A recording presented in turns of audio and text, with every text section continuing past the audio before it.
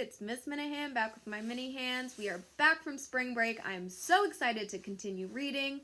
I even had some time to do a little bit of self-care, painted my nails. And this week on The Wild Robot, we're going to be reading chapters 31 through 42. Before spring break, we read chapters 22 through 30. Some major plot points. There was the tornado, and Roz helped clean up the farm. She saved Jad from the tornado, destroying him. The kids, Jaya and Jad, gave Roz a gift, and we will continue the story from here. Chapter 31, The Campfire. Wood smoke billowed up from the backyard and drifted across the farm. Roz was building a campfire for the Sharifs. In her old life, the robot made fire by cracking special stones together until she got a spark. In her new life, she used a lighter. The family sat around the rippling flames and gazed up at the stars. The dog stretched out on the warm ground. The robot was standing nearby, but her thoughts were far away. Her computer brain was scrolling back through memories of campfires and of stargazing with Brightbill. Fluffy white marshmallows were skewered onto the ends of sticks and then roasted above the flames. The children laughed as their marshmallows caught fire. They liked them charred on the outside and gooey on the inside. Their father preferred his evenly browned. When the Sharifs weren't stuffing their mouths, they were chattering happily. "That's the space station," said Jaya, pointing to a tiny dot that was slowly moving through the sky. "I can't believe people live there." "Animals live there too," said Jad. "The station has a farm. We should bring our cows up and show those space farmers how it's done."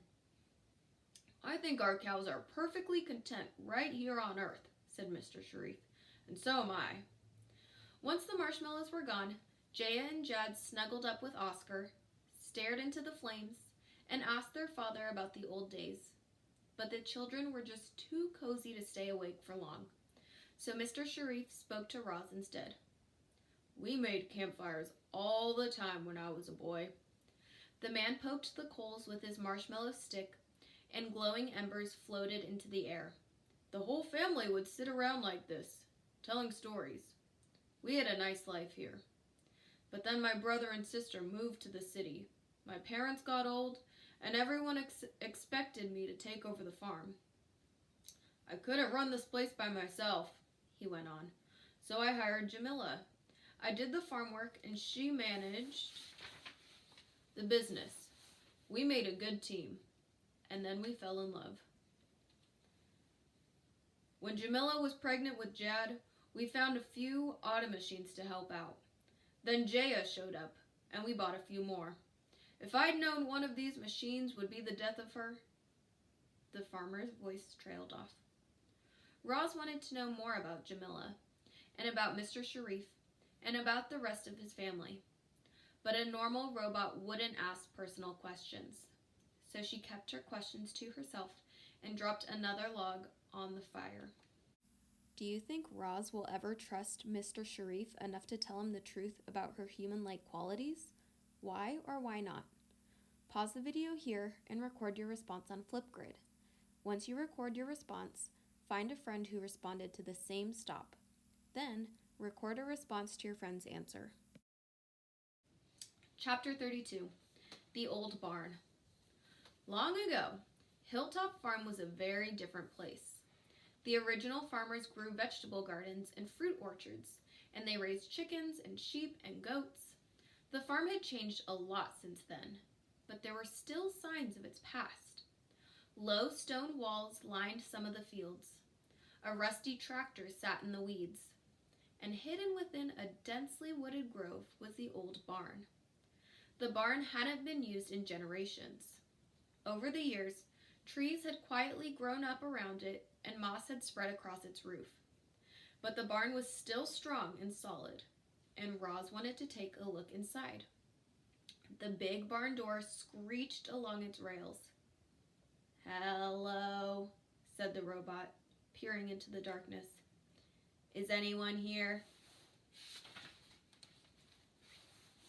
A mouse squeaked and scurried out of sight, and then Roz had the barn to herself. She stepped through the doorway and switched on her headlights. The vast interior was crisscrossed with thick wooden beams. Stairways and ramps led up to lofts and platforms. Lanterns hung from hooks on the walls. Old-fashioned farm equipment lay here and there. The barn still had the faint smell of farm animals, even though none had lived there in ages. A large trunk sat on the work table, covered in dust. Roz carefully opened the lid and examined its contents. A collection of farming magazines, a pair of leather gloves, a pencil nub. And then she noticed a small journal. The name Cyrus Sharif was elegantly scrawled across its cover. The pages were filled with his handwritten notes and hand-drawn diagrams about raising livestock and growing crops and building barns, about working the land with the help of strong animals and simple machines. Cyrus Sharif had also jotted down his thoughts about the long history of farming. He believed that the modern world owed its entire existence to ancient farms, when early humans first started growing their food. Those farms were small and primitive, but they supported villages, which became towns, which became cities. The writings were so wise and insightful that Roz read the journal from cover to cover. By the end, she almost felt as if she knew Cyrus Sharif, whoever he was. The journal was a treasure, and she tucked it into a pocket of her tool belt for safekeeping. Chapter 33, The Autumn. Autumn colors were sweeping across farm country. The lush greens of summer faded to reds and browns. Crops were harvested, leaves fell away, and the landscape turned stark and gray. On Hilltop Farm, the cows were grazing on what remained of the pastured grass, while the herding machine hovered nearby. The field machine was preparing the fields for winter. The drone circled the farm several times a day, but there was less to report in autumn. Although Jaya and Jad were busy with school, they always made time for Roz. The children never grew tired of listening to the robot stories, and they never grew tired of sharing their own. The bees and the mice and the deer and the frogs and the raccoons and the squirrels and the snakes were all getting ready for cold winter. So too were the birds. The owls spruced up their nests. The crows stockpiled acorns. The swallows were still swooping over the farmland, but they would soon be leaving for winter. And any day now, other migratory birds would begin passing through on their long journeys to the south. Chapter 34, The Delighted Geese. A flock of geese had just landed at Hilltop Farm. It was the first flock of the autumn migration. The geese floated on the pond, cleaning their feathers and nibbling on weeds. But they all stopped what they were doing when Roz waved and said hello. The robot never forgot a face, and she was certain she didn't know any of these geese. But they seemed to know her. Before she even introduced herself, the lead goose squawked, "Is your name Roz?" The robot stared at the goose. "Yes, it is." "And you can speak animal language?" The answer was obvious, but Roz politely said, "Yes, I can speak the animal language." "Do you, by chance, have a goose for a son?" "Yes, I do," said Roz. "His name is Bright Bill." At that, a voice blurted out, "The stories are true!" And suddenly the flock was smiling and fluttering over to the robot. When the commotion settled down, the leader explained, "All along our migration, we've heard rumors of a robot who can speak with animals, who had a goose for a son, and who was trapped on a farm. That sounded ridiculous to us, but here you are." The flock was absolutely delighted to meet our robot. They lounged around the pond for a couple of days, chatting with Roz whenever she came by, and then they continued flying south to their wintering grounds. Another flock of geese arrived, and the same thing happened all over again. Roz welcomed them, they were delighted to meet the legendary robot, and then the flock continued south. Then it happened again. and again. Before long, the coming and going of delighted geese was just another part of the robot's autumn routine. Straggling behind the others as usual was Wingtip's flock. When Roz saw them splashing onto the pond, she felt something like hope that they might have news of her son. Sadly, the geese had no news to report.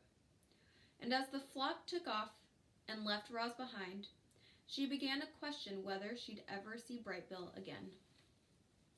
Chapter 35, The Memories. Roz still dreamed of escaping, of going home, of reuniting with her son, but her dreams were starting to feel impossible. She was losing hope. Was it time for the robot to accept her new life and forget her old one? Forget. Roz was troubled by that word. You see, her computer brain remembered every detail of her life on the island, and it hurt to think she might never make it back there. However, the robot could always forget. She could erase her old memories.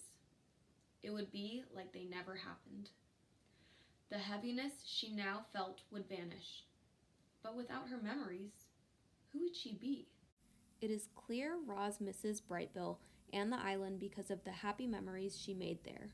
Do you think erasing her memory would help Roz become happier living on the farm? Why or why not? Pause the video here and record your response on Flipgrid. Once you record your response, find a friend who responded to the same stop. Then, record a response to your friend's answer. No, Roz wanted to remember her old life, which was good, because someone from her old life was about to appear. Chapter 36, The Unusual Flock. Another flock of geese was approaching the farm, but this flock was unusual. It wasn't flying south like the others. It was flying north in a perfect V formation, and it was led by a young, graceful goose. The flock flew once around the farm buildings and then delicately touched down in the barnyard. The leader whispered some words to the others, and then he fluttered in through the barn door. The cows looked up from their stalls as the goose perched himself on a railing near the middle of the barn. Then the goose cleared his throat, shook his tail feathers, and announced to the herd, I am looking for a robot named Roz. My name is Brightbill. I am her son. Chapter 37, The Reunion. Something was wrong with the cows. Their excited moos echoed out from the barn and across the farm.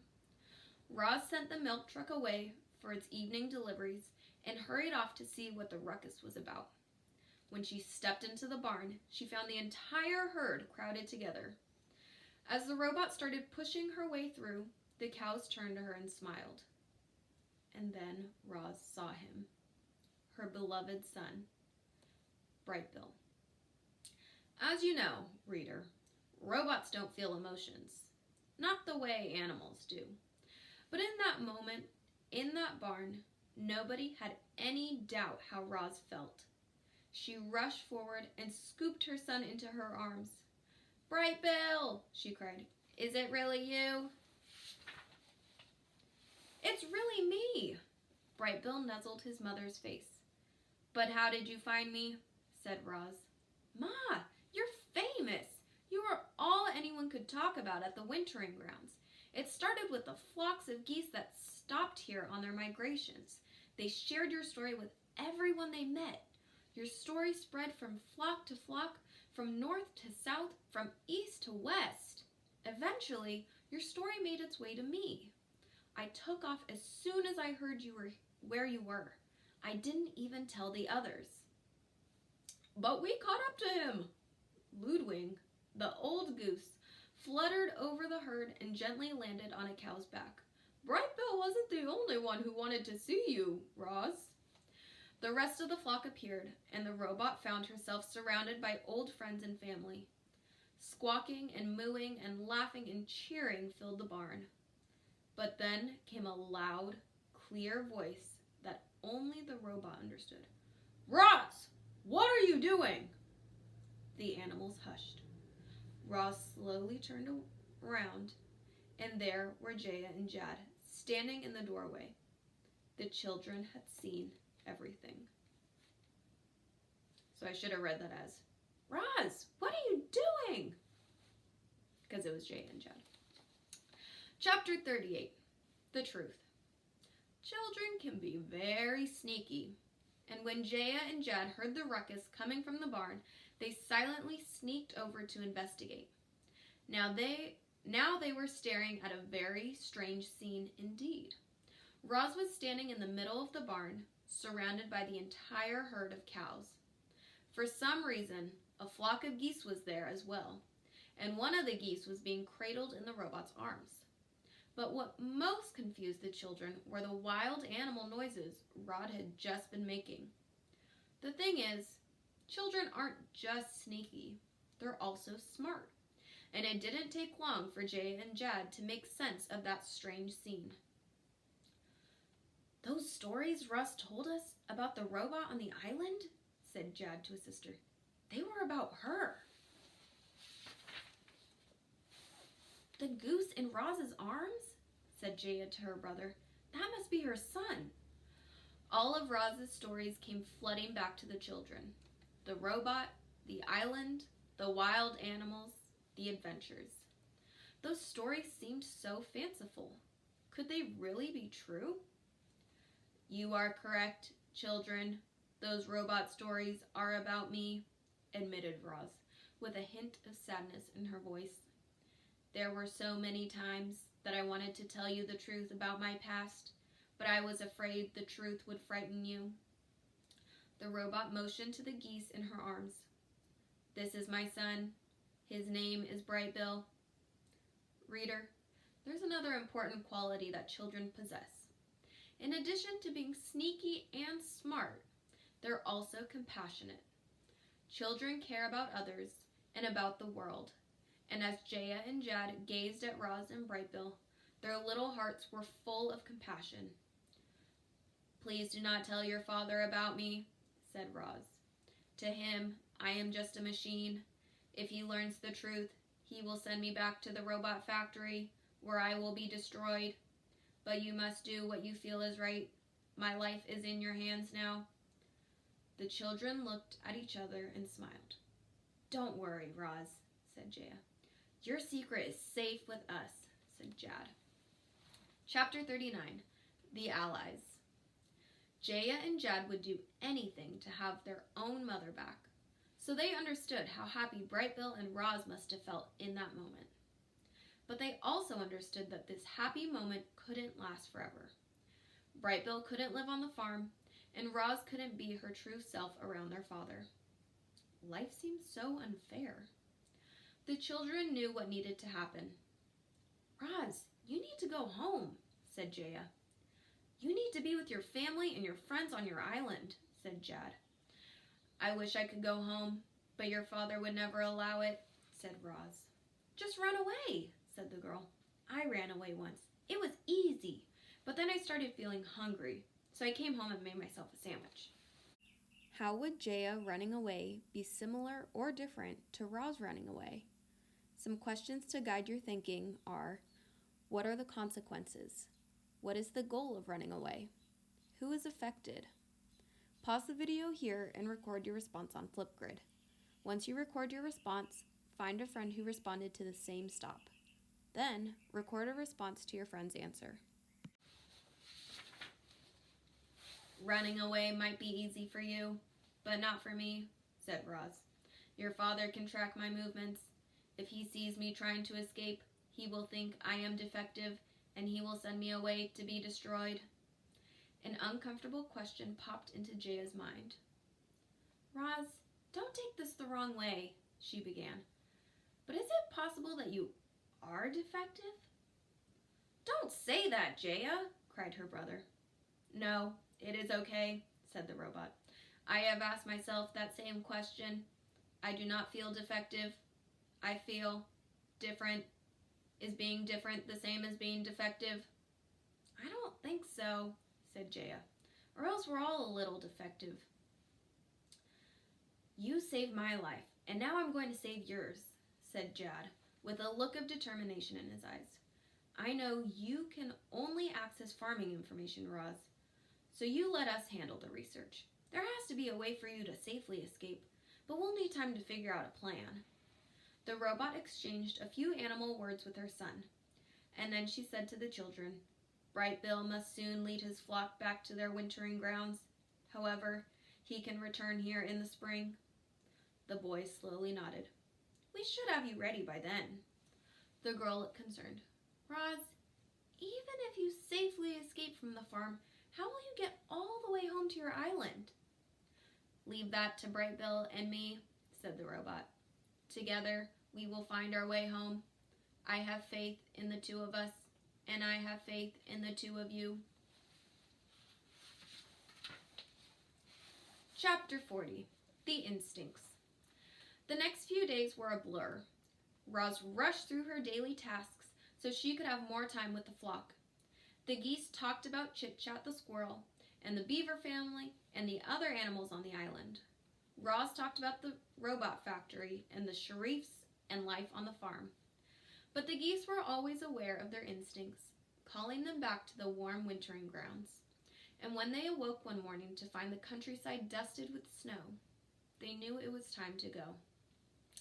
By some miracle, Roz and Brightbill had been reunited, and now they had to say goodbye all over again. The flock stood in the pasture with Roz as the children and the herd looked on. Brightbill fluttered up to his mother's shoulder and wrapped his wings around her face. I'll return in the spring, said the goose, and then you and I are going to find our way home. Please be careful, said the robot. I do not want to lose you again. We'll keep your son out of trouble, squawked Ludwig with a smile. The geese waved goodbye to Roz and their new farm friends. Then Brightbill shook his tail feathers, beat his wings, and led his flock into the sky. Chapter 41. The Winter. When Roz lived on the island, winter had seemed like one long, cruel blizzard. On Hilltop Farm, winter wasn't quite so harsh. The temperature fell, but then rose. Storms came and then went. Snow piled up and then melted away. Roz spent winter preparing the farm for spring. She wanted everything to be perfect for when she left. She tuned up the machines. She made fertilizer from old grass clippings and manure. She planned which crops would be seeded in which fields. She carefully looked over the herd, making sure each cow was happy and healthy. She made long lists of supplies, and then Mr. Sharif placed big orders. The herding machine hauled bales of hay into the pasture, and the cows gathered around to eat, steam puffing from their mouths. Some of the cows were dried off and wouldn't be milked again until after the calving season. Others went to the milking parlor twice a day as usual. Bottles were filled, boxes were loaded, and the milk truck rolled away onto its next delivery run. No matter the season, the dairy farm kept chugging along. Every day after school, Jaya and Jad ran to their bedrooms and got right to their homework. And when their homework was finished, their secret studies began. They researched the design and construction and maintenance of Roz and robots, hoping to discover some way for Roz to safely escape. The information wasn't easy to find, but the children were persistent, and after weeks of work, they finally found what they were searching for. Chapter 42. The Plan. Jaya pressed a button on the side of the milking parlor, and the door hummed open. She and her brother stepped inside and wound their way past gleaming pipes and tanks and over to where Roz was cleaning some equipment. We found a diagram of your design, said Jaya. We think we can help you escape. The problem is your transmitter, said Jad. That's the device that sends out your electronic signal. If we can remove your transmitter, you'll be able to run away whenever you want without anyone tracking you. Do you know how to remove it? Asked Roz. I think so, the boy chuckled nervously. But we won't know for sure until we open you up and take a look. We'll have to do it late at night, said Jaya, when Dad is sleeping.